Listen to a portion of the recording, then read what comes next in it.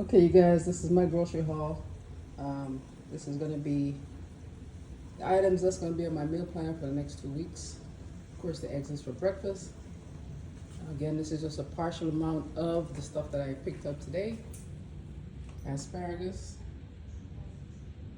Try to make it as easy as possible. I'm a lazy prepper. So you got some salmon, that'll be for dinner.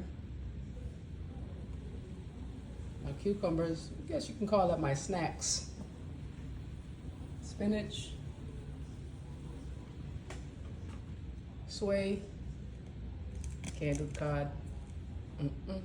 Can't do it. And some chicken breast.